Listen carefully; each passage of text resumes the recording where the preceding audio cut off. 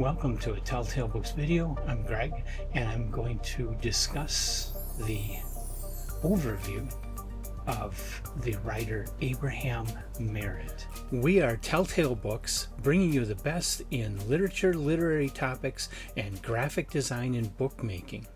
If you want to support us, you can find us on Etsy and Pango, where you can find gently used, rare, and even top quality used books. And if you like this video, be sure to hit the like button, the subscribe button, and maybe even that bell to be notified when new videos go live.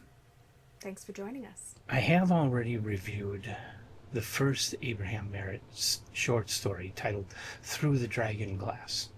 So refer back to, I've got a Merritt playlist going. That video will be in that playlist right now. That and this one are the only ones that you'll find in that playlist. But you can watch my review of that story in that video. And these overviews are something that I only recently decided I wanted to do. I wasn't going to do these. I was going to kind of save up till after I read the full bibliographies and then do the author discussion, because then I'll have a much more thorough knowledge of all the author's works. But I decided no, I wanted to give some bibliographical information, mainly because of Homer Eon Flint. In starting a series on him, I read a lot about his life and found it fascinating, found it really interesting, found it definitely enhanced my knowledge of the author and my interest in the stories. So I thought I wanted to do an overview, and I did one of Homer Eon Flint, and so this is the second one I'm doing an overview of for Abraham Merritt, who usually just went by the moniker A. Merritt. So who was A. Merritt? He was born January 20th, 1884 in Beverly, New Jersey. Or maybe it was 1877. Or maybe it was 1864. There's a little bit of question with his biographical information. It doesn't seem to be absolute and set in stone. There's some conflicting information out there, and I'm not scholar enough to be able to determine which one is true and the others are all false. There's a good case to be made, though, that he was born in 1864, but we know he died in 1943 on August 21st. When he was still in school, he was influenced by a couple of doctors. He was going to school for law. He had to drop out because his family didn't have money to keep him going. But he was interested in writing, so he went into journalism. He didn't get a degree. He went to work as a journalist, first getting a job with the Philadelphia Inquirer. And he got in touch with a couple of doctors in the Philadelphia area, one of which was Dr. Silas Weir Mitchell, who also wrote a lot of historical novels. And he's most famous today for being the physician for Charlotte Perkins Gilman, the guy that gave her the cure, that prescribed the cure that led her ultimately to write the Yellow Wallpaper. And interestingly, he wrote a story that was titled The Autobiography of a Quack. I'm not saying he was a quack, but I mean, the thing for the Yellow Wallpaper was a very unfortunate prescription and a sad chapter in American history, in American medicine. And the other author is another doctor that had an early influence on Merritt, Dr. Charles Eucharist de Medicis Sejanus, who lived from 1852 to 1929. Not sure exactly what he wrote, but those were two writers that Merritt befriended very early on in starting down the path to journalism. He was at the Philadelphia Inquirer for quite a while, but then he did get hired by the Hearst magazine American Weekly, where he ultimately became an associate editor, and after the death of the managing editor, he became the managing editor from like 1937 until Merritt's death in 1943. And so he had a full-time, very busy job as a journalist. He was very highly respected as a journalist. And his fiction was something he did on the side. It was an extra thing, extra fun thing. But he made a huge impact with his fiction. First starting to publish in All Story Weekly and also published in Argosy. He would become active in science fiction fandom in the 1930s, contributed a chapter to the Cosmos Round Robin story, which became very influential. A lot of authors were inspired by Merritt, from everyone from H.P. Lovecraft all the way up to Michael Moorcock, and I think even a bit of inspiration over Jeff Vandermeer today. Not positive about that, but it just seems to me.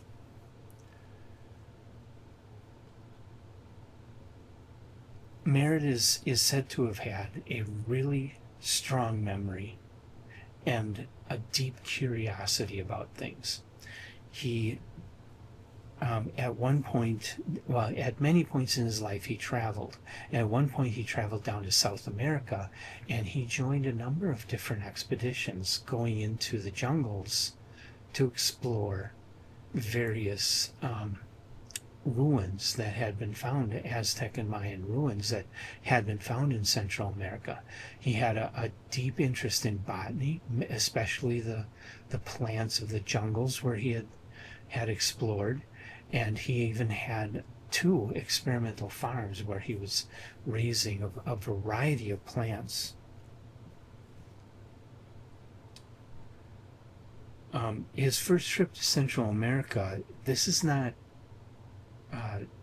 anything that's been confirmed, but there's a rumor that he went because he witnessed some kind of political event, possibly some kind of gang violence, where he, one side wanted him to testify and the other side didn't. Both sides were willing to commit violence against him if he did what they didn't want him to do. So he got the hell out of Dodge and went down there for the first time, and that's where he became interested in archaeology and joined the expeditions. But it's not known for sure that he really was fleeing from any kind of threats. He did do a lot of traveling after that all over the world. He took a job at the Philadelphia Inquirer in 1902, covering murders, suicides, hangings, mysteries, and politics. In 1912, he went to work for the American Weekly.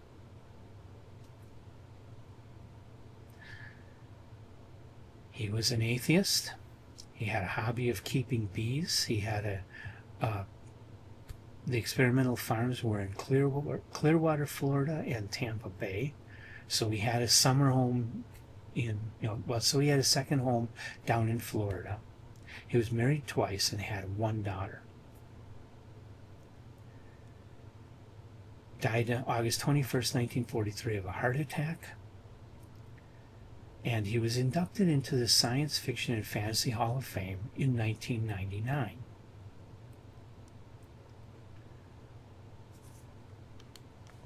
He's also been described as a hypochondriac and an eccentric, and had a huge library of occult books reported to exceed 5,000 volumes. As an author, like I say, it wasn't his full-time job. It was just a spare fun thing he did, but he made a huge impact. He was influenced by Francis Stevens, the The next story I'm going to be reviewing, The People of the Pit, is very definitely influenced by Stephen's The Nightmare.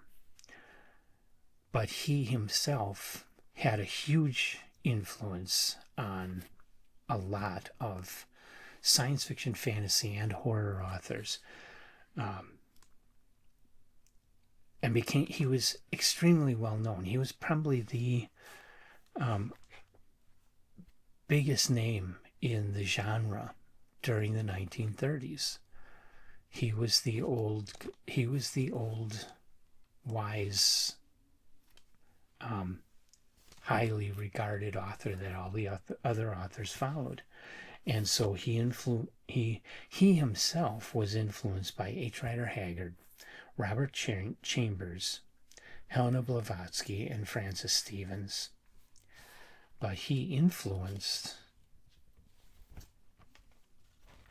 a large number of authors, including Richard Shaver, Ray Bradbury, Jack Williamson, and Michael Moorcock.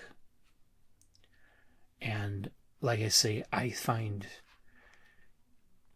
some hints of influence from Merritt in Annihilation by Jeff Vandermeer. And I'm currently reading Authority by Vandermeer.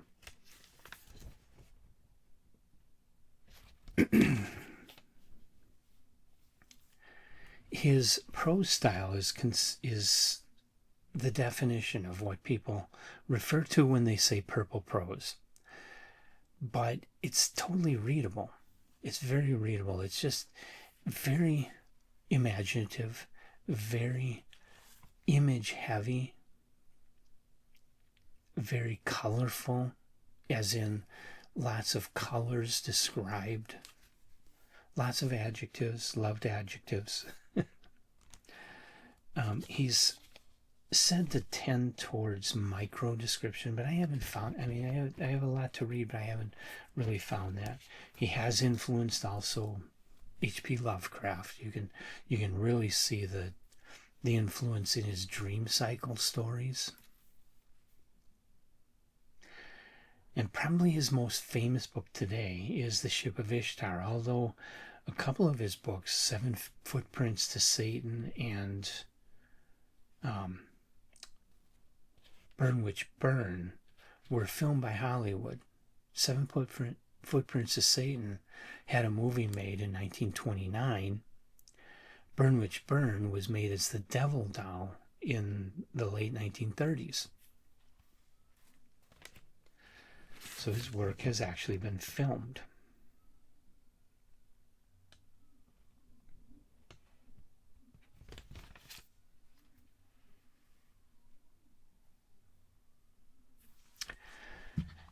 Even though Merritt is not all that well known today, he did have a huge impact in the early days of science fiction, fantasy, and horror, all three of those genres. And that impact still lasts, still reverberates down through the years. Even though people are not reading a lot of his work anymore today, there's still a lot of what is being done today that can trace its roots back to A. Merritt. He was a giant in the early days of pulp science fiction, fantasy, and horror. And there are so many early Weird Tales stories that just read like A. Merritt stories. He was a very major author and somebody that deserves being remembered and deserves being read. He was still very popular after his death in the 1940s. A lot of his work was reprinted in magazines like Famous Fantastic Mysteries and the following magazine, Famous Novels.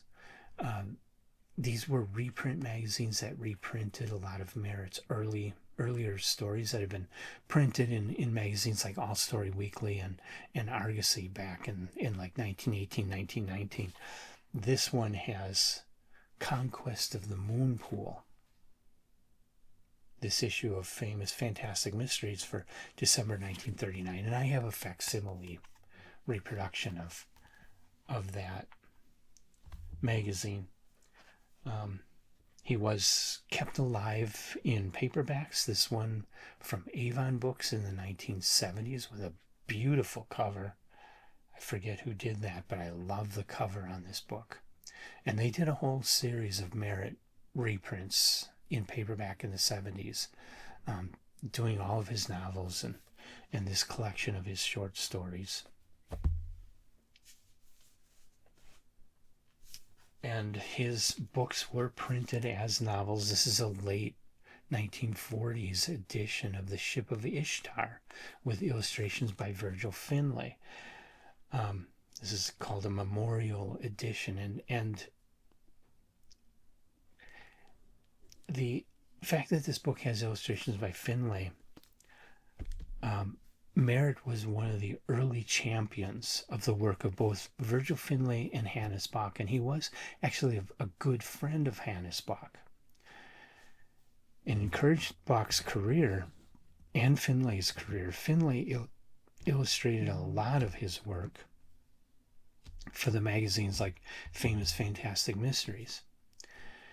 And Merritt himself, being editor at American Weekly, purchased illustrations by both Finlay and Bach for American Weekly. So he was a big champion of those two great science fiction and fantasy illustrators. His work has been kept in print, with some very beautiful editions being published. This one, The Face in the Abyss by Donald M. Grant. This was a little while ago. This book is 1991. They published a special edition, limited edition, in a slipcase of The Face in the Abyss. And only recently,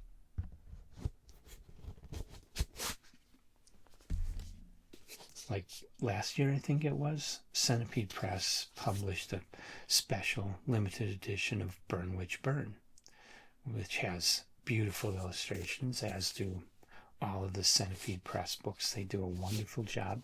Even though they skip the slipcase, they do some very beautiful, lavish, well illustrated books, usually bringing back some of the old, this is an old Finlay illustration, bringing back some of the old illustrations to decorate the interior of the book. They do a great job with books, and that's their recent edition of Burn Witch Burn.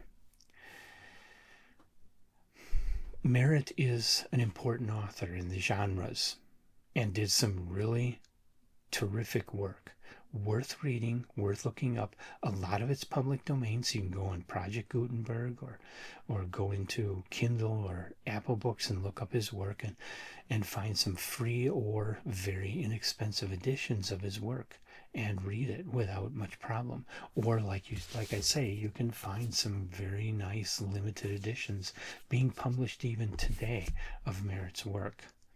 And it's worth looking up, worth reading Merritt, worth keeping him alive. This is a major genre author. If you love genre fiction, if you love science fiction, if you love fantasy, even if you love horror, you really want to check out A. Merritt. At least read one of his books for the sake of saying, okay, I've done it. You may not, a lot of people don't like the more elaborate style of authors like Merritt and Lovecraft. Okay, fine. I get he may not be your thing, but don't just pass him by without trying, without checking him out. I think his work is worth it. What I've read so far is easy to read. It's not hard, and definitely worth reading. And that's A. Merritt. If you know things about A. Merritt that I did not say in this video, or if there's something that I misspoke, please let me know. Put your comments in the comments section of the video. I'd love to hear it. Love to learn more. And I am going to be reviewing the rest. He didn't write a whole lot. If I'm right, Merritt only has 31 works. So I'll be going through this fairly quickly. I already have most of his work in my collection. And so the first one I'm going to be talking about, which I've already read, is The People of the Pit, his second work from 1918. I hope you'll join me for that and all the other A. Merritt, and give Merritt a try. Hit the like button, hit the subscribe button, check out our online used bookstores. Pretty sure I don't have anything by A. Merritt in there right now, but if I come across something good at a reasonable price, I'll definitely pick it up and put it in there. Or if I let go of one of my copies, I'll definitely put it up there. So check those out and keep going back and checking them out, because you might find some good things in there. And come on back, I'll be here doing these.